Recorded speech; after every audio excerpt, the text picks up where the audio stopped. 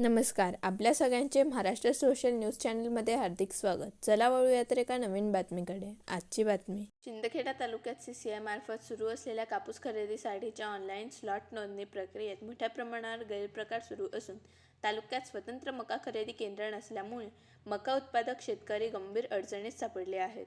हा गंभीर मुद्दा शिवसेना उभाठा पक्षाच्या वतीने उपस्थित करण्यात आला.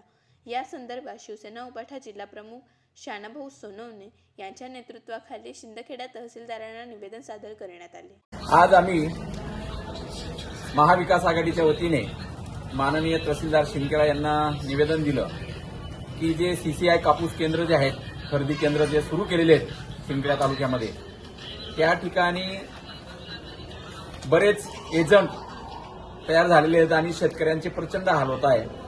कारण ऑनलाईन जे त्या ठिकाणी नोंदणी करायची आहे ती नोंदणी शेतकऱ्यांकडनं होत नाही. त्यासाठी त्यांच्याकडे तसा मोबाईल उपलब्ध नसतो.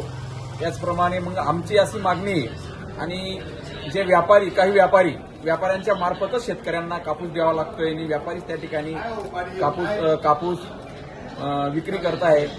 मग त्याच्यामुळे अनेक शेतकऱ्यांचे आम्हाला फोन येतात की भाऊ आम्हाला या ठिकाणी सहकार्य होत नाही, सहकार्य करा.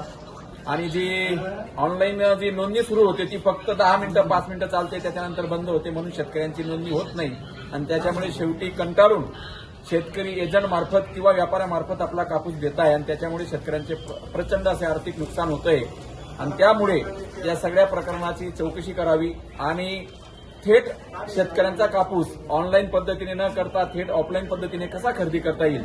त्याचप्रमाणे मका खरेदी केंद्र ज्या पद्धतीने दोंडाच्याला नाव नोंदणी करावी लागते मका उत्पादक शेतकऱ्यांना, ते शिंदखेड्याला पण चालू करा. तालुक्याच्या ठिकाणी इथं मक्याची नोंदणी करता येत नाही, हे दुर्दैव आहे. ते तहसीलदार साहेबांना आम्ही पटवून सांगितलं की या ठिकाणी मका खरेदी केंद्र, नाव नोंदणी केंद्र तरी या ठिकाणी सुरू करावं, अशी विनंती केलेली, निवेदन दिलेलं आहे. या आमच्या सगळ्या मागण्या या ठिकाणी तहसीलदार साहेबांसमोर आम्ही मांडलेल्या आहेत आणि याची जर पूर्तता झाली नाही तर महाविकास आघाडीच्या वतीने किंवा शिवसेना उद्धव बाळासाहेब ठाकरे गटाच्या वतीने या ठिकाणी तीव्र आंदोलन शेतकऱ्यांसाठी केलं जाईल. बातमी आवडल्यास चॅनलला लाईक व सबस्क्राईब करा व दररोज अशा नवनवीन बातम्या पाहण्यासाठी चॅनलला फॉलो करा. धन्यवाद.